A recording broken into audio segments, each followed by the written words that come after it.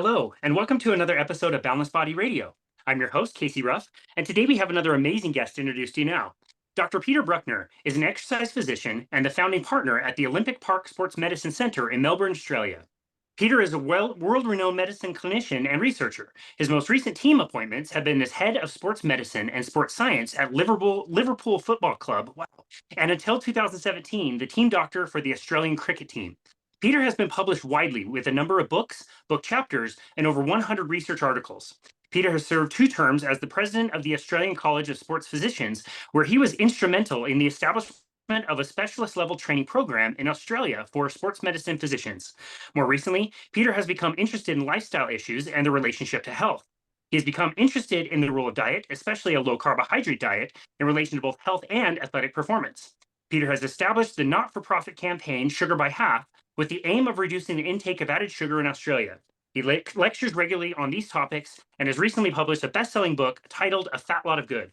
I met Dr. Brukner at Low-Carb Denver 2023, and it is an absolute honor to welcome him today to Boundless Body Radio. Oh, it's great to be with you, Casey. It is so great to be with you. It is later in the afternoon here, which means it's early morning there. First question, we decide to invite you to our country. You come up on our stage. Jeff graciously lets you make your presentation, and you have the audacity and the gall to say that our coffee is terrible. I think you called it, quote, dishwater, and you said the coffee in Melbourne is way better. Can you justify that? Absolutely, absolutely. Melbourne is the coffee capital of the world. We have a coffee shop on every corner, and we have real coffee, real espresso coffee. None of that sort of dishwater that you guys serve up and call coffee. But it's what you call espresso, we call coffee. So that's our standard sort of coffee. We don't do the dishwater stuff. So much richer, much more flavorful. Yeah. So and everyone's into coffee. Like you meet over coffee. I mean, everyone just meets for coffee every day. It's great. Yeah. Wow. We love coffee. Is that true about Melbourne? Is it really the coffee capital of the world? Is that Yeah, well, it seems to be. Yeah. I mean, we had a very strong Italian migration post-war in Melbourne, and they became very influential in our food and our habits, our coffee habits, and so on. And it's interesting. Melbourne's one of the few cities in the world where Starbucks has failed, because we already have so many great coffee shops. That we didn't need Starbucks. But there are lots of little coffee shops and sort of breakfast shops and things. And actually, the good coffee shops in New York have been set up by Australians. Oh, really? The whole bunch of about a dozen coffee shops in New York and now in LA and a few other cities, basically established by Australians. So we don't have much influence in the world, but maybe we'll turn the world into coffee. That's amazing. Well, that's fantastic. I will agree with you. We're probably going to lose them as a show sponsor, but I will agree with you on Starbucks. That is dishwater. I hate Starbucks. I can't stand it. Probably lost them as a sponsor. One more thing on Melbourne before we go. You and I got to talk in person, and I learned from you that you live or have lived, I don't know if you still do, live very close to the Formula One track at Albert Park in Melbourne, close enough that you could actually hear the Formula One cars. Is that correct? Oh yeah, we can hear them all right. They're so loud. I mean, it's incredible. I mean, I'm probably 5K away, 3 miles away, something like that. But we still hear them really quite loudly. If we go out in the backyard, and I remember my son was playing a cricket match. That funny game that us colonials play, and his at his school, which is only about or less than a K away from the track, and it was on the Saturday morning, and the races on the Sunday, and all of a sudden they started up their practice, and you just couldn't hear yourself think. And I've been to the race, and it is very loud. I mean, it's incredible. You got to you got to wear earplugs and so on. It's just sure, so loud. Yeah, but it's a great event. It sort of takes over the whole city for 3 or 4 days every March, and it's often the first one of the year, which makes it even more interesting. And we have an Australian driver or two usually, and it's a great event, a really good event. The city comes alive. We're a very big sporting city, Melbourne. We have the Australian Open tennis here. We have big golf tournaments. We have the Formula One. We have a lot of cricket and Australian football and so on. So big. We have crowds like tonight. The night we're recording this. There's a semi-final of the Australian football, the Aussie rules football, and there'll be 100,000 people at the game, Wow. and then there'll be another, half the population will be watching it on television. So Wow. we love it. We love our sport in Melbourne. So I guess I was born in the right city. Yeah, that sounds fantastic, man. I'm a newer Formula One fan. Like a lot of Formula One fans here in America, we got to know Formula One through Drive to Survive on Netflix. And I've noticed an interesting phenomenon. The newer fans are so far behind in the knowledge of the space that they actually seem to like kind of catch up. It becomes an obsession. They're learning all kinds of crazy stuff that I would say some of the normal fans don't even know. But I will say, like with the history of Formula One, they've moved over time to be more sustainable, different engines that are now hybrids. They're bigger, but the noise is not the same. When you watch footage from the late 80s, the 90s with the smaller cars and those V10s, that screaming motor sound is so cool. I kind of lament that they don't still have that a little bit. Yeah, it's still pretty noisy. Don't worry about that. Yeah, It's there you good. go. But yeah, Formula One's always been big in Australia. We go way back to Jack Brabham in the 1960s when he was a world champion and so on. And whereas NASCAR and so on has never been as big, as big as in Australia as it is here. It's always been Formula One, and the V8s is the other the big thing in Australia. But slightly different types of car racing, but still very popular. I think in every country. Yeah. Yeah, that's great. Well, we have other reasons that we invited you on the show besides talking coffee and Formula One. So let's get to that. You have a very interesting story of, basically being inside your career for a majority of your career without stumbling upon some of this information later in your career that drastically altered the course of what you finished your practice with and what you've been talking about since. So can you describe that for us? Yeah. Look, as you mentioned in your very kind introduction, I'm a sports medicine physician. So basically, I look after athletes, so big and small, and good and bad. And then we have a clinic here in Melbourne, which is the largest clinic in the country, and we have lots of doctors and physical therapists and massage therapists and podiatrists and so on. And I've worked with a lot of professional teams over the years. You mentioned that I had a stint in Liverpool. I've worked with our Australian cricket team, which is our sort of main national team, I guess. I've done a couple of Olympics and all that sort of stuff. So my life was very wrapped up in sports medicine. Then about 10 years ago, I was when I was actually in Liverpool, and I just turned 60, and if you'd asked me then, was I healthy? How was I? I'd have said, yeah, I'm good. I ate, what I thought was a good diet. I exercised regularly. My blood sugars were fine. I mean, I'd have said, yeah, I'm okay.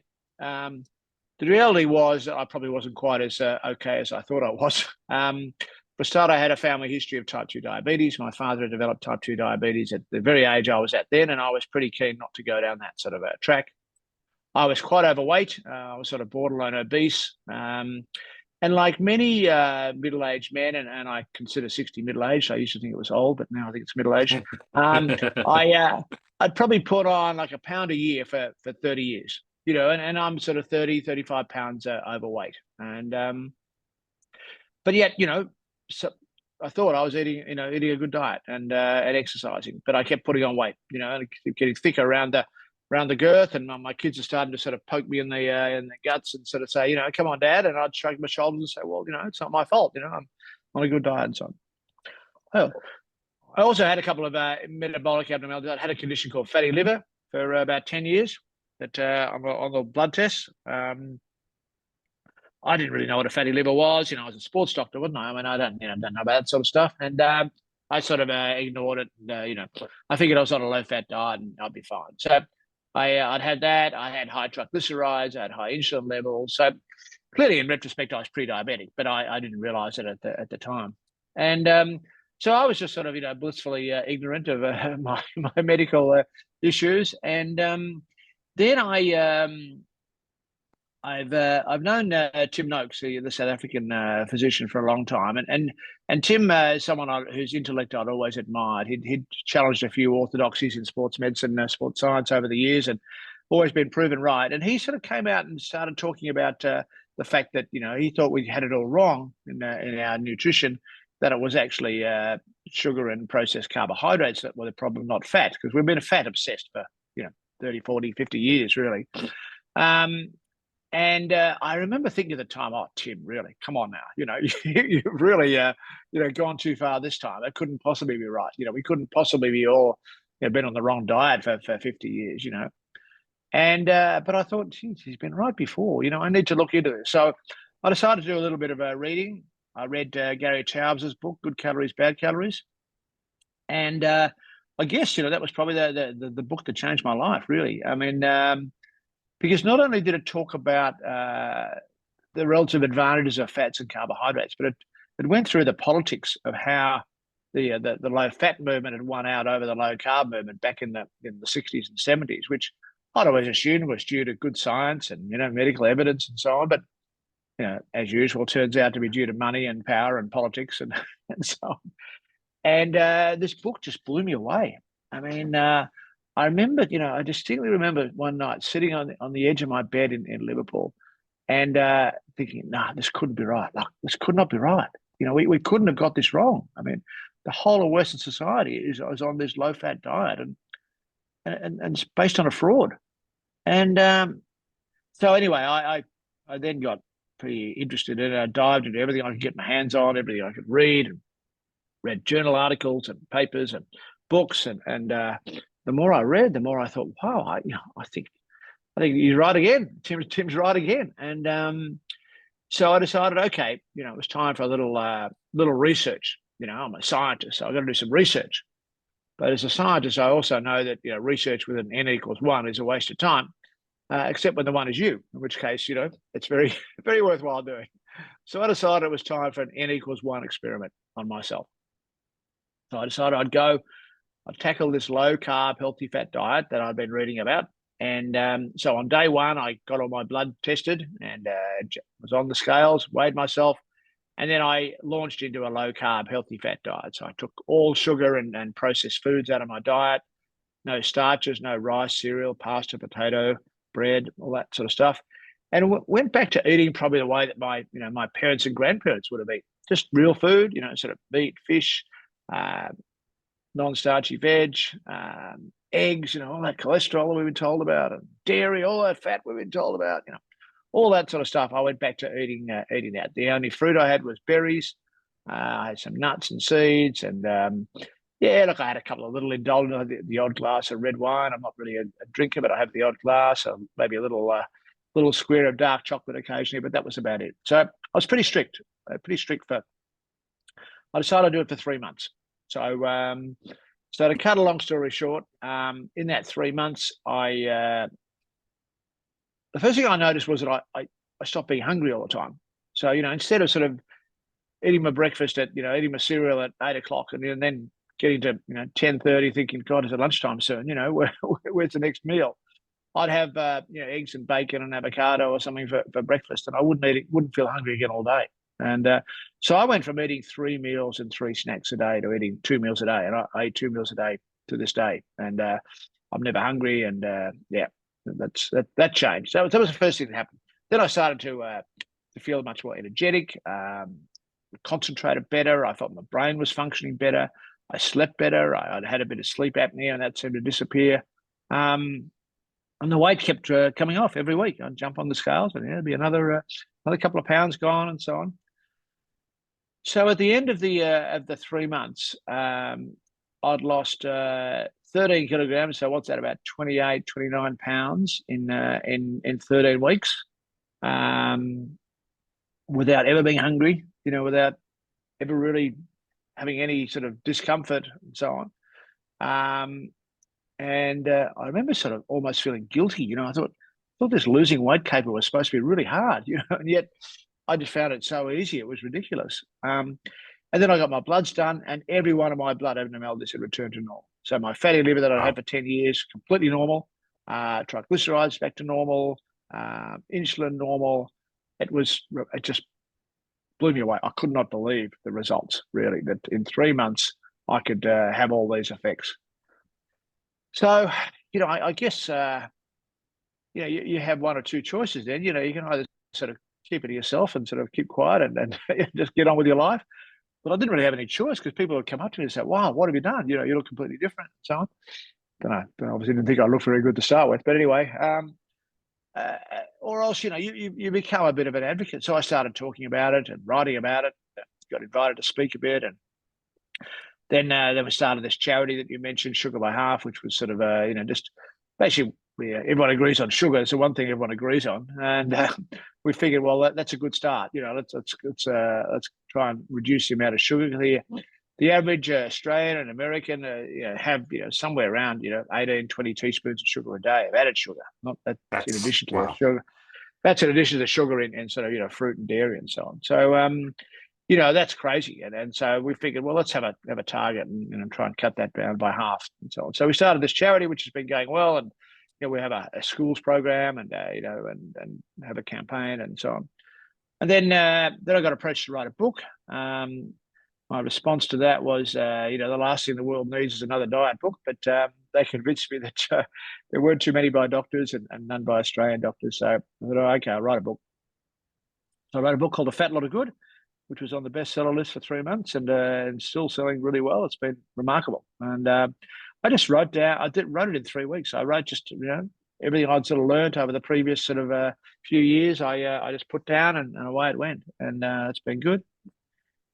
And then I kept, giving lots of talks and to all sorts of groups. And anyone who invites me to give a talk, I'll give a talk just to spread the word. And then we decided, well, type 2 diabetes has always been the sort of, the elephant in the room, really. I mean, that's, I think, the biggest single health problem in our country and probably in yours as well. And no one seemed to be doing anything about it. And yet there was sort of good evidence, both in the UK and the US, that, a low-carb diet can put type 2 diabetes into remission. But it was almost as if the medical profession didn't want to know about it. And so we thought, well, let's tackle that. And I initially spoke to the people from diabetes.co.uk, which has been a very successful low carb program in the UK. They've had over 400,000 people go through their program, and we would get a license their program, and that didn't sort of work out. And so eventually we thought, well, we'll have a crack ourselves. So we've set up a program called Defeat Diabetes, which was initially an app. And now it's sort of both an app and a web-based program, and it really sort of tells you everything you need to know about tackling type 2 diabetes from a dietary point of view, and it gives you all the information, but also the practical. So we have videos, we have articles, we have recipes, meal plans, cooking demonstrations, all that sort of stuff. We have an active Facebook group, so on. And we've had about 10,000 people go through that, which is not a lot, but remember, Australia is a pretty small population, but we're slowly getting momentum, and the results have been phenomenal. I mean, we've had more than 50% of our people putting their diabetes into remission. Which Wow. when I was a medical student, I was told you can't do that, but you clearly can, and we have, and this program, and a similar program to the UK one, to the Verta program in the US. Same principles, low carb, lots of information, educate people, give them the tools that they need, and they do really well. And the 50% that are not in remission have all reduced their blood sugars. They're not quite at that level yet where they're in remission. So, and then most recently I put out another book called The Diabetes Plan, which is basically based on that program. So that's been busy. We're still struggling to get people on board. Unfortunately, one of the biggest impediments is the medical profession, who don't understand that. I mean, it's pretty simple. When you think about it, diabetes is a disease of carbohydrate intolerance. Now, everyone agrees on that. So surely the obvious thing is to avoid carbohydrate. I mean, as my kids would say, duh. I mean, it's almost too obvious. Too simple for doctors to cope with. And the trouble is, as doctors, we've been hammered for 30, 40, 50 years. Fat, fat. It's all about fat. And carbohydrates are fine and so on. And we've been advising people with diabetes, a disease of carbohydrate intolerance, to eat a low-fat, high-carbohydrate diet. I mean, when you think about it, it's just crazy. All these supposedly intelligent people advising if they actually sat back and sort of thought about it for a minute, they'd realize it's ridiculous. And we're guaranteeing that people will either become diabetic or remain diabetic for the rest of their lives if we continue to feed them this stuff. I mean, just got to go to hospitals. You see the diabetic diet in hospitals. I mean, it's just full of sugar. Sure. Just have more. Just have more medications, have more insulin. No, I mean, it's crazy. So I think type 2 diabetes is a really poorly understood and poorly managed disease, and yet it's arguably the biggest health issue in Western society. I mean, and it's not. I think part of the problem. I've got this theory, Casey, that part of the problem that why do people ignore type 2 diabetes, and it's because people don't die of type 2 diabetes, or not many do. They die of all the complications of type 2 diabetes. The heart disease and the dementia and the amputations and the blindness and the kidney disease and so on. I mean, that's the issue. So people sort of ignore the underlying problem, which is type 2 diabetes. But it's the biggest cause. I mean, people say that every heart attack is an undiagnosed diabetic. And Yeah. Wow. Alzheimer's is known as type 3 diabetes. Such That's as right. the link with diabetes, and amputations and kidney disease are all the main cause, type 2 diabetes. And yet, we've got the knowledge and the weapons to tackle type 2 diabetes, but we don't. And one of the other reasons we don't is that there's no money in it. Yeah. Well, there's a lot of money in diabetic drugs. Insulin is one of the most profitable drugs in the world. And, statins are the same, huge amount of money. So people want us to focus on cholesterol, not worry about sugar. And if you're diabetic, you just take more drugs. And, you can eat what you like, just take more drugs. Well, that's just crazy, And so, like most things in life, it all, boils down to money. And so it's a real battle, from those of us who are trying to sort of push the nutrition and lifestyle and exercise and stress management and so on, sunshine, sleep, all really important. It's a real battle to sort of, get over the big food and the big pharma who are, incredibly wealthy, powerful, influential, can spend a lot of money marketing their foods. I mean, you just got to look at breakfast cereals. I mean, for a start, they've convinced everyone that breakfast is the most important meal of the day. I mean, there's absolutely no science behind that, but it's the mantra. Oh yeah, you've got to have breakfast. Little Johnny's got to have breakfast before he goes off to school, And then they've basically created these what they call cereals that are basically just cereal flavored sugars. I mean, they're just sugar bombs, and but they color. They have lovely bright packages with little animals, and I mean they're fair. I mean, you've got to hand it. They're very clever. I mean, they're very good at marketing.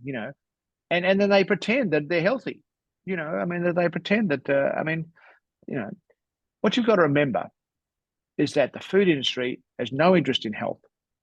Its only concern is profit. So anytime they try and pretend to you that they're interested in health, that's nonsense. They are not interested in health. It's just money.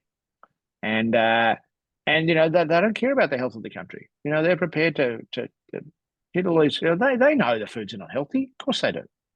But they've got their marketing and they've got their arguments and they've got everyone convinced that a lot of these foods and when I see the term low fat, I run a mile because I know low fat means high sugar. And we were told to stop eating fat, 30, 40, 50 years ago based on fraudulent research. And so the food industry took the fat out of food. Then they realized they had a problem because all the flavor had gone. So they thought, okay, we'll substitute sugar. So as soon as you see low fat, you instantly read high sugar. And so we've been on this low fat, high sugar diet for 30, 40, 50 years. And it's been and it's an experiment, really. There's no evidence to show that it works. So we've been on this massive worldwide experiment for 30, 40 years. And the results have been a disaster. We just Not got going fatter well. and sick. We got fatter and sicker for 30 or 40 years. And yet no one is sort of saying, hang on a minute, maybe we're doing something wrong here. It just defies logic. It's very hard to understand until you realize, the powerful forces that are behind it. And basically governments are captured by big business, and the dietary guidelines are corrupt. the people on the dietary guidelines, making the dietary guidelines, many of them have links to the food industry, and which they don't admit. And so, there's a lot of problems, but we've got to tackle it. We've got to, we've got to have a crack. Yeah.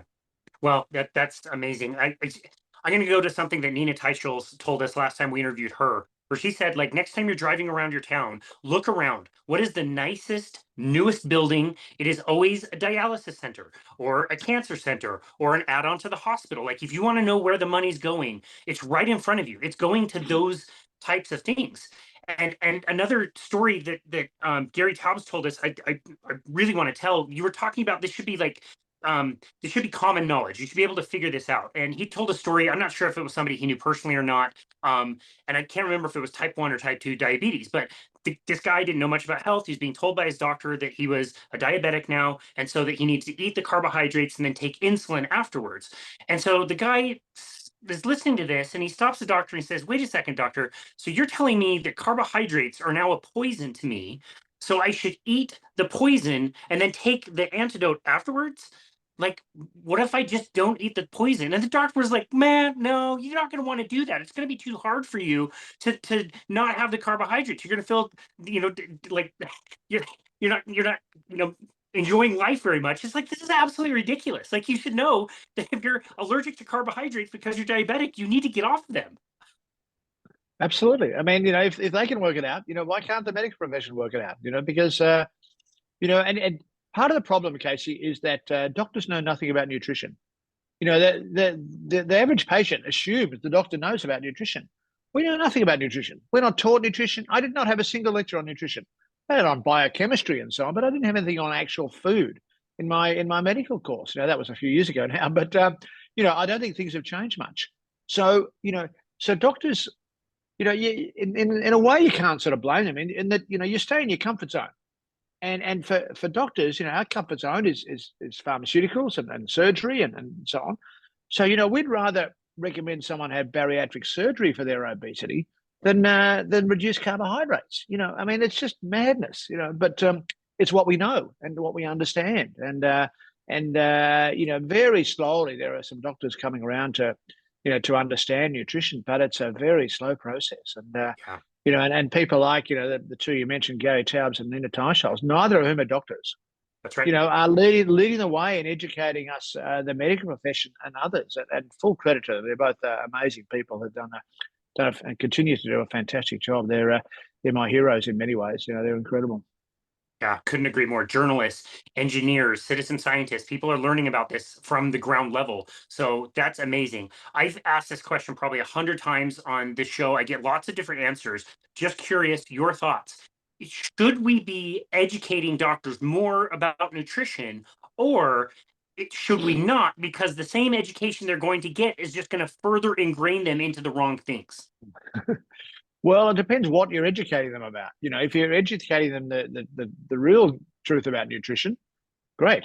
But the problem is that the dietitians and the dietary guidelines, have got it all wrong. So if they're the ones doing the educating, if they're telling them all that to avoid fat and to eat lots of complex carbohydrates and so on, then that's not doing anyone a favor. But if we could actually teach them the right stuff, and the general, just the obvious stuff that carbohydrate is not good. If you're insulin resistant, you're a diabetic. You should avoid carbohydrates. I mean, we certainly should be teaching them that. But as I said, it's starting at a very low base. They don't really understand. Doctors don't understand nutrition, and they just follow the guidelines. And so one of the most important things, and Nina's been very big on this, is tackling the dietary guidelines. I mean, that's her passion at the moment, is to try and get some science into the dietary guidelines. I mean, because they're ignoring the science. You just got to, you keep hearing, we've heard it for years, haven't we? The last few years, follow the science, which probably didn't happen during COVID either, but that's another story. But you've got to follow the science in nutrition and the science. It's just so frustrating because it's so obvious. It's so obvious to those who haven't got the sort of the ingrained biases and so on. Like the patient of that Gary Taubes was talking about. I mean, just logic tells you that if you're intolerant of something, you avoid it. I mean, if you're, if you're gluten intolerant, you avoid gluten. If you have a peanut allergy, you avoid peanuts. I mean, if you're carbohydrate intolerant, avoid carbohydrates. It's not that hard. The other thing that annoys me, Casey, is that people are always saying, "Oh, it's too hard. It's not sustainable. You can't do it." And the interesting thing is, the only people who say that are people who've never tried it, especially That's right. doctors. Doctors love saying that. Oh no, it's too hard. You can't do it. Well, try it, because that's a little bit difficult at times. But the reason it's sustainable, and whereas all other diets, like the low calorie diet and so on, is just not sustainable. The reason is because you feel so good, and you lose weight, you feel so much more energy, you feel great, and that's why it is sustainable, and that's why the only people who say it's not sustainable are the ones who haven't tried that. Could not agree more. Yeah, I couldn't agree more. I've been fairly strict carnivore for 4.5 years now, and I know if I go off of it, my anxiety comes back. And it's maybe not terrible anxiety compared to somebody who has a serious mental disorder, but it's bad enough that makes me say like desserts aren't really that tasty. I can avoid them, and it's okay. Some people can moderate. I'm not that great at it, so I have to be a little bit more on the abstaining side. But yeah, there's ways that people can do this. I like how you've talked about in the past. For a lot of people out there, it's not even that they have to be like a strict ketogenic. It could be somewhere just Yeah, reduce the carbohydrates. You don't need that many of them, if any. You really don't even need to take them in at all. But if you're going to have some, at least make sure they're a little bit lower. You mentioned frustration. I think that's a good word. And I really wanted to ask you this, going back to when you were first learning about this. Again, later part of your career, you've done amazing work since then. It's cool to think about since turning 60. You mentioned fighting the fight and being on the battlefield. Look at all the cool things you've done in the later part of your career. But do you ever reflect back on what your career could have been like with the people you worked with, injuries? Do you ever reflect on what that would have been like had you known that information at the beginning of your career? no, absolutely, absolutely. I feel embarrassed. I feel guilty that I've been giving people wrong advice for the previous 30 years and so on.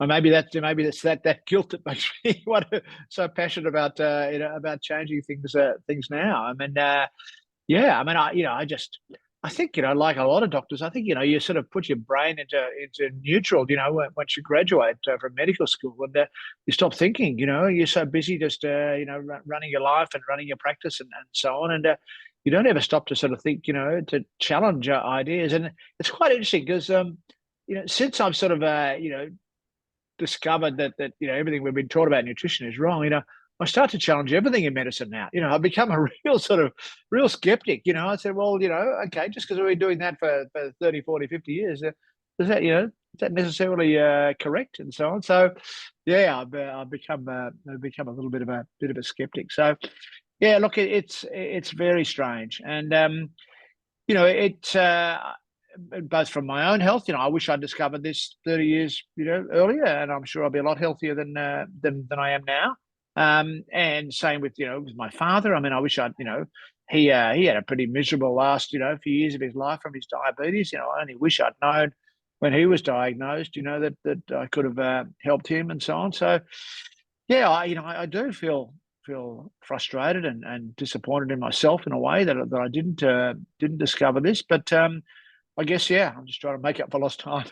Yeah, well, you understand the difference between fault and responsibility. I don't necessarily think it's your fault that you weren't exposed to this information earlier. It wasn't there. You were in the prime time of them pushing, high carbohydrate, low fat diets. That was the best thing any of us could have done. You mentioned, the dialysis center and, treating diabetes and the cafeteria food. I look back with my mom, was treating cancer, and we would bring her all kinds of sugary crap, let alone all the sugar crap she had available there. But terrible idea. That's like the worst thing you could possibly do.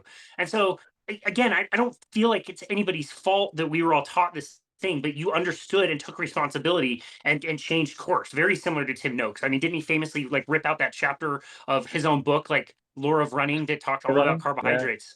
Yeah. yeah. He did. Yeah, no, he's a great man, Tim, and he's a super smart guy, and I really admire his intellect. Yeah, I've been fortunate. I've known Tim for a long time. We were on the same sort of speaker circuit for many years of the sports medicine, sports science, and we'd always sort of find a corner to sort of talk about rugby and cricket, while all you guys were talking about baseball and AFL and so on. So we're good mates. But I really admire what he's done, and he went through a lot of crap, with people trying to take him down in South Africa and so on. And he came out on top, and he won every battle. And it wasn't easy. It was incredibly stressful a couple of years for him. And he won that battle, and full credit to him, because he's still doing a great job today. So, the rest of us have just got to continue on his legacy. Keep doing what he's been doing, and helping him as much as we can. So, it's obviously a passion of mine. And the interesting thing is that I'm finding more and more young doctors are getting interested in this area. Young graduates and so on. They've discovered low carb for themselves.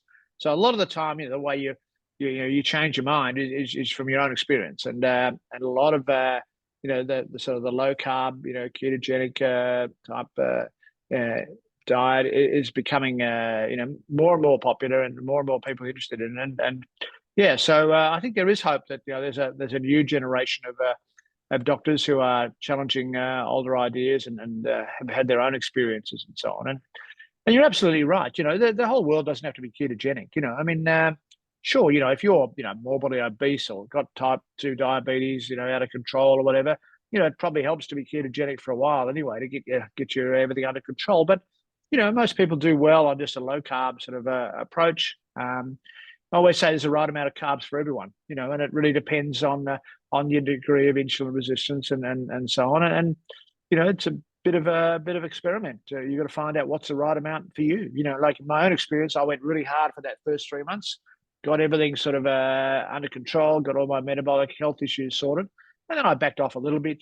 I was probably ketogenic for those first 3 months. I didn't actually ever measure. I don't count carbs or anything like that. Some people like doing that, but I just avoid them. And but nowadays, I'll have a bit of sourdough bread, or I'll have some berries, or I'll have some, if I'm at someone's house and they serve up a nice dessert, I'm not going to knock it back. But 98% of the time I'm low carb and very happy with it, and I enjoy my food. That the other thing is, people think you stop enjoying your food. Well, I enjoy every meal I have. I have 2 meals a day. In the morning, I'll have eggs and bacon and avocado and maybe mushroom or tomato or something, or else I'll have a full fat Greek yogurt with nuts and seeds and berries and so on. That can't be bad. And then in the evening I'll have meat or fish and some veggies and if I'm still hungry I'll have some berries and cream. It's not a bad way to not a bad way to eat, really. You don't have to feel Peter, sorry for someone. really, really suffering. I'm so sorry. Yeah. Oh yeah, it's real tough. The eggs and bacon. My heart goes out. It's just so difficult. The struggle is real. It's just so sad that for 30, 40 years eggs were demonized. And demonized because of cholesterol and even Ansel Keys, the person who screwed all this up years ago, he said right from the start that the cholesterol in your food makes no difference to your blood cholesterol. So we've known this for years, and yet people kept propagating this myth. Why? Why would they do that? It's incredible. And so many, all those egg white omelets. Oh my God, poor people having to eat those. All the good stuff's in the yolk, and eggs are, I think probably the single, healthiest, most nutritious food you can have. And I try and have 2 or 3 eggs every day, and I don't think you can have too many eggs, to be honest. I think they're fantastic. They're relatively cheap. They're accessible. You can have them, all sorts of different ways. And yet for so long, they were demonized. Just madness. And there's still a lot of people out there who think that eggs are bad for you. Just crazy. Yeah. I'm so glad to hear that there can't be maybe too many eggs. I just had 8 for my first meal of the day at 2:30 p.m. So I'll feel good about that. That's great. Okay, so we absolutely have to ask you about sports. So you had some time that you were able to integrate this into what you were doing, working with all those teams. You had some amazing stories that you shared with us at Low Carb Denver. We always think athletics and performance. We think Gatorade, sports drinks. We lost another show sponsor right there. You know, the goos and the gels and all that kind of stuff. What? How can we integrate a low carbohydrate or ketogenic diet for somebody who is either performing at the highest levels, or just for the rest of us, kind of normal schlubs that just really want to bike a little faster or run a little faster or do our day-to-day activities a little better?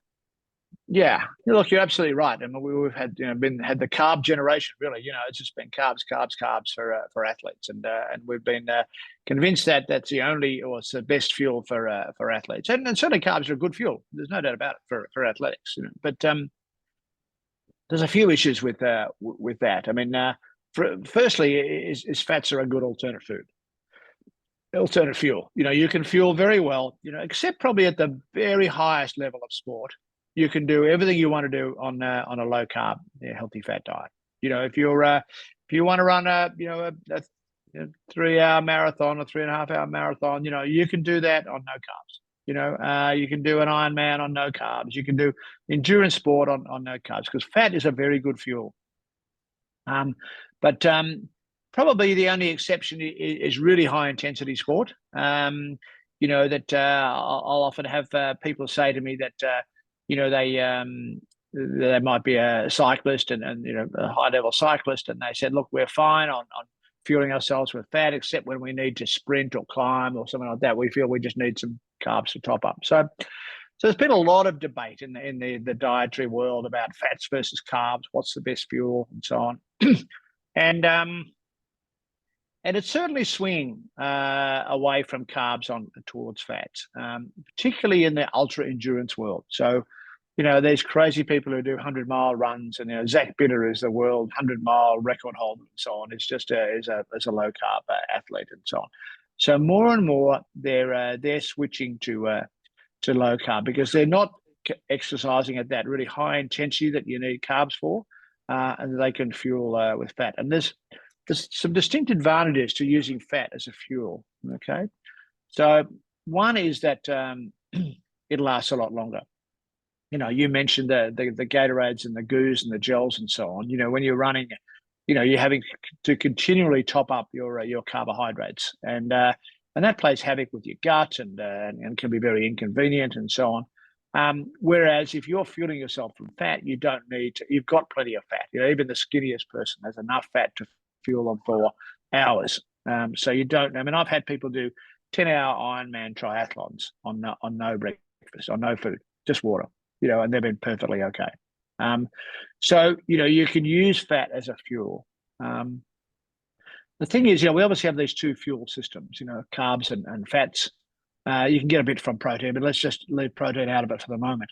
The body will always use carbs preferentially. If there's carbs around, the body will fuel itself on fats, on carbs. But if you deprive the body of carbs, it will then switch, like from petrol to diesel. It'll switch from carbs to fats and use fats as a fuel. As I said, it can be very effective, for anything but super high intensity. And so you don't have to keep refueling the whole time. You don't have all the long-term health issues of high carbohydrate and high sugars. I mean, we've had a whole generation of endurance athletes who've had massive amounts of sugars, carbohydrates in the form of simple sugars. And they're, a lot of them are going to be insulin resistant. A lot of them are going to have cardiac issues down the track as a result of that. And that's a real concern I have. We hear a lot about retired endurance athletes having heart problems and so on. And people say, oh, it's the strain on their heart. Well, I think it's actually the fuel they've been putting in. So I think that's an issue that's really important. You recover much better when you're using fat as a fuel. So sugars and carbohydrates are very inflammatory in nature, and you get muscle soreness. And for instance, I had a chronic Achilles tendon problem. That every morning I would get out of bed and you'd hobble around because of your Achilles tendon. About 3-4 weeks into changing my diet, I suddenly thought, hang on a minute, I can't feel my Achilles tendon anymore, and no problems with Achilles tendon since then. So that's inflammation, and I've had a lot of patients who've had arthritis or had tendonitis or something like that, change their diet, and their inflammation goes. So that's another advantage to having a low carb, healthy fat diet if you're an athlete. So and then you recover better. You recover better from a hard session if you haven't got sugar on board and you're all inflamed and so on. And recovery is a really important aspect of athletic performance, because you want to be able to get back at training as quickly as possible after a race or after an event. So there's a lot of advantages to to switching from carbs to fats as a fuel. What are the disadvantages? Well, as I said, I think at really high levels, people need.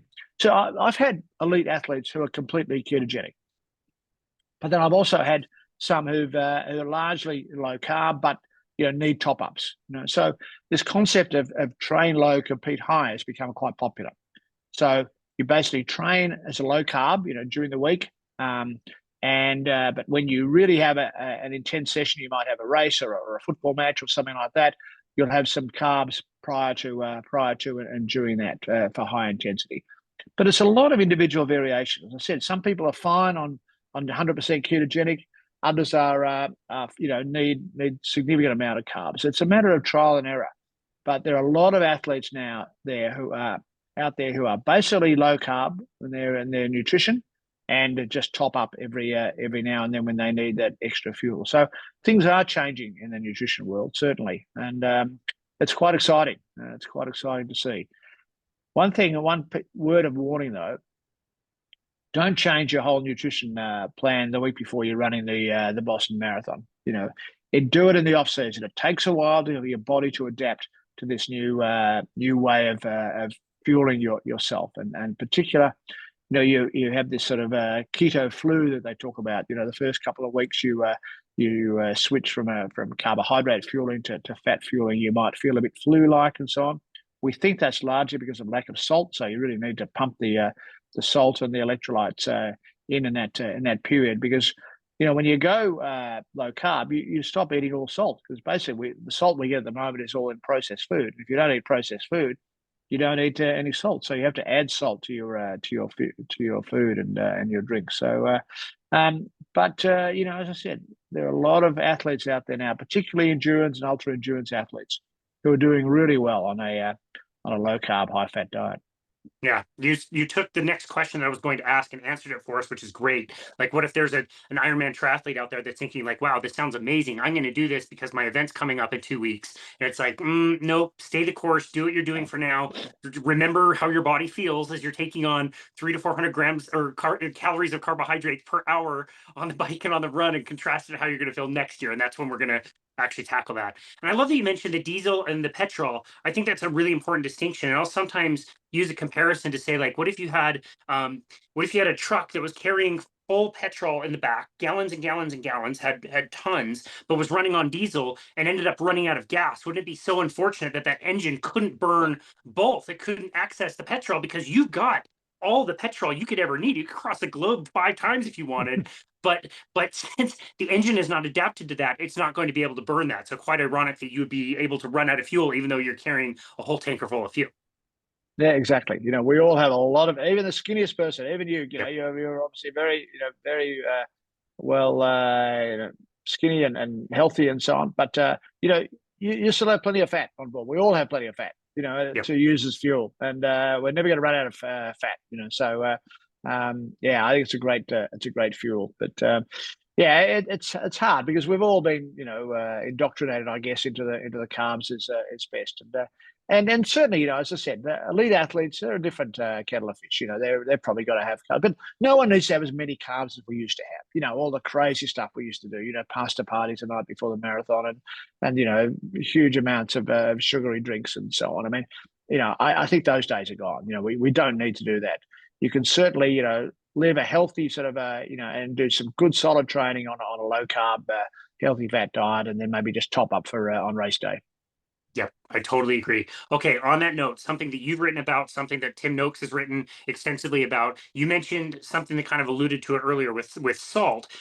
Speaking of indoctrination, this will not die. It never goes away. I don't know where it came from, but it just will not die, and it has to die.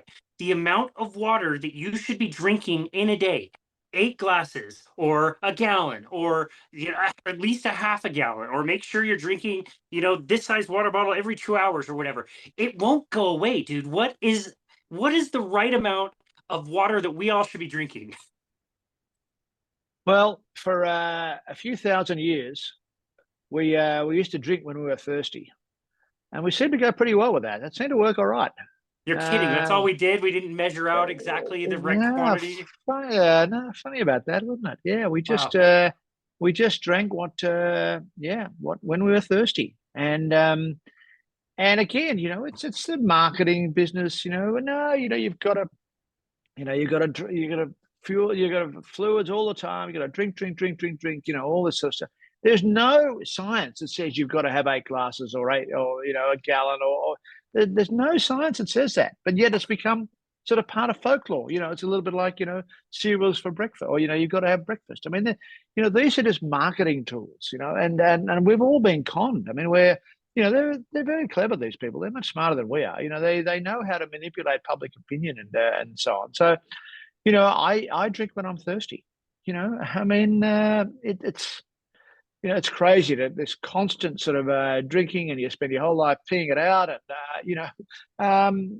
yeah, I think there's no evidence really that we need as much fluid as we think. And then this whole salt thing. I mean, everyone's been crazy about no salt. We're focused on the wrong white crystal. I mean, it's not salt that's a problem; it's sugar that's a problem. And ironically, when you go on a low carb diet, you don't need as much salt because the kidney conserves it, and yeah, I just add salt to my food, and that's fine, So which is what I used to do when I was a kid, and then we were told no salt, salt's bad for you, and so on. I mean, the science says that extremely low intakes of salt and extremely high intakes of salt are detrimental to your health. But there is a massive sort of middle ground that virtually everyone's intake of salt is covered under. That is perfectly okay health-wise.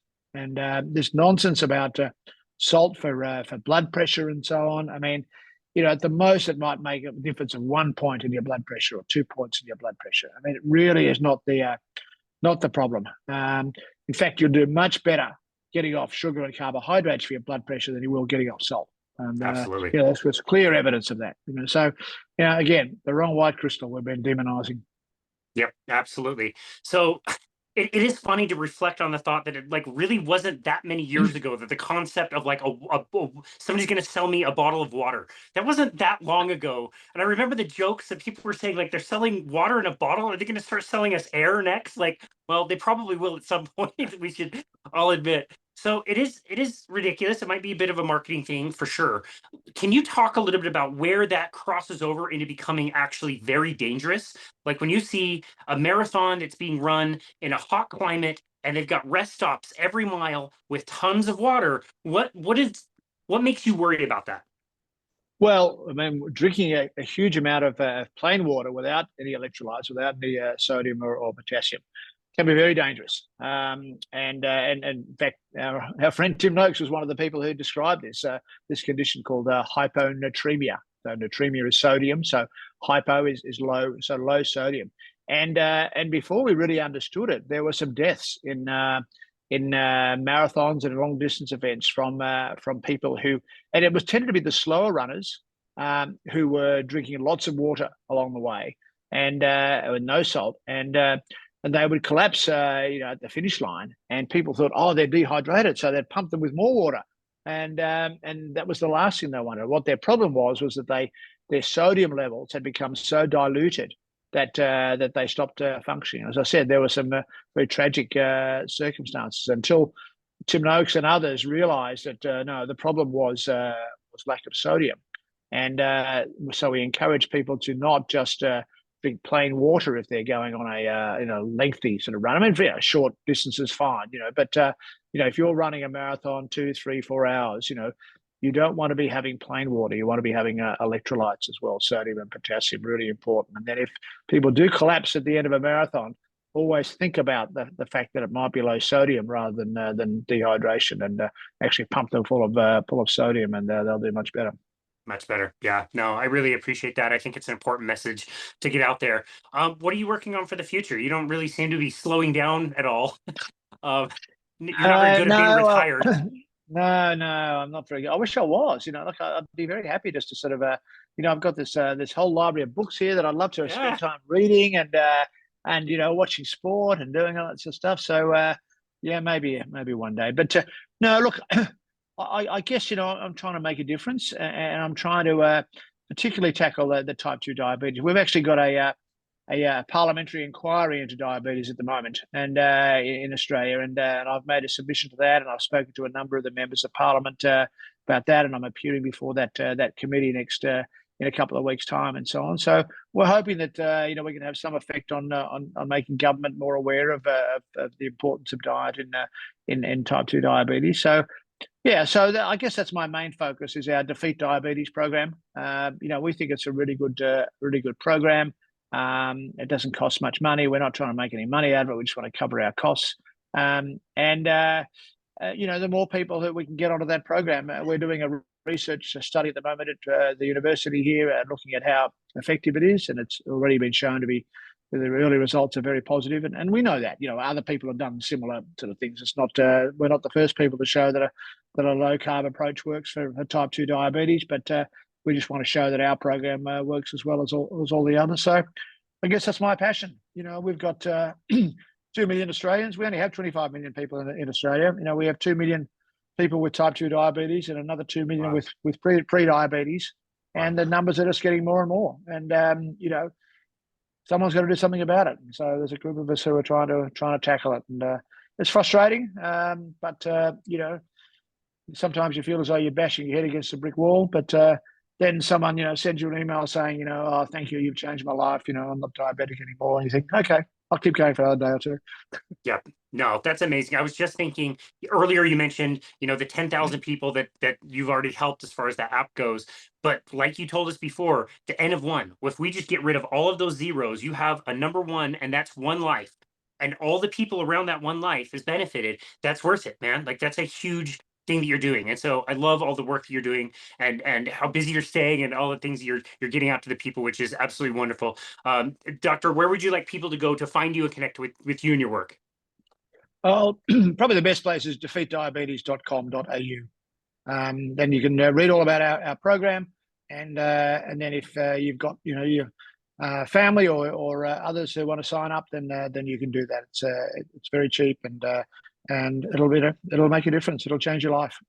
That's amazing. Okay, we'll link that in the show notes. Dr. Peter Brukner, this has been an amazing conversation. It was so fun to hear your presentation, which was wonderful in Denver, and to meet you and chat with you in person has been wonderful. And to chat with you today has been awesome as well. So thank you so very much for everything you've done in your career, and for sharing that message so well. It's just really inspiring. So thank you so very much for all of your work, and thank you for making time to be on our show today. We appreciate you. No, thanks for having me. It's been good fun. I've enjoyed it. Thanks, Casey. Absolutely, me too. And this has been another episode of Boundless Body Radio.